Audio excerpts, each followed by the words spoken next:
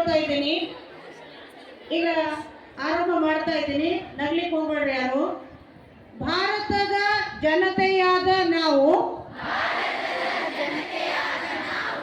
ಭಾರತವನ್ನು ಸಾರ್ವಭೌಮ ಸಮಾಜವಾದಿ ಧರ್ಮ ನಿರಪೇಕ್ಷ ಪ್ರಜಾಸತ್ತಾತ್ಮಕ ಗಣರಾಜ್ಯವನ್ನಾಗಿ ರೂಪಿಸುವುದಕ್ಕಾಗಿ ಭಾರತದ ಎಲ್ಲ ಪ್ರಜೆಗಳಿಗೆ ಸಾಮಾಜಿಕ ಆರ್ಥಿಕ ಮತ್ತು ರಾಜಕೀಯ ನ್ಯಾಯವನ್ನು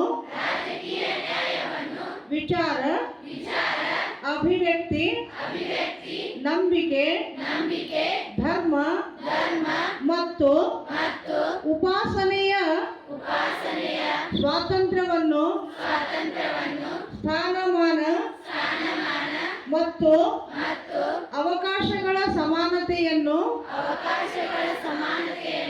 ದೊರೆಯುವಂತೆ ಮಾಡುವುದಕ್ಕಾಗಿ ವ್ಯಕ್ತಿ ಗೌರವ ದೇಶದ ಏಕತೆ ಮತ್ತು ಸಮಗ್ರತೆಗಾಗಿ ಎಲ್ಲರಲ್ಲಿ ಭಾತೃತ್ವ ಭಾವನೆಯನ್ನು ಮೂಡಿಸುವುದಕ್ಕೆ ದೃಢ ಸಂಕಲ್ಪ ಮಾಡಿ ನಮ್ಮ ಸಂವಿಧಾನ ಸಭೆಯಲ್ಲಿ 1949ನೇ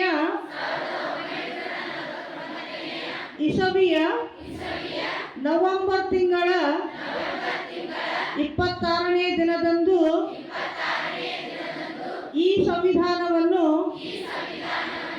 ನಮಗೆ ನಾವೇ ಅರ್ಪಿಸಿಕೊಂಡು ಅಂಗೀಕರಿಸಿ ಶಾಸನವಾಗಿ ವಿಧಿಸಿಕೊಂಡಿದ್ದೇವೆ. ಧನ್ಯವಾದಗಳು. ಎಲ್ಲರೂ ಕೈ ಕೆಳಗೆ ಮಾಡಿ ಮತ್ತೆ ಕೆಳಗೆ ಕೂತ್ಕೊಳ್ಳಿ.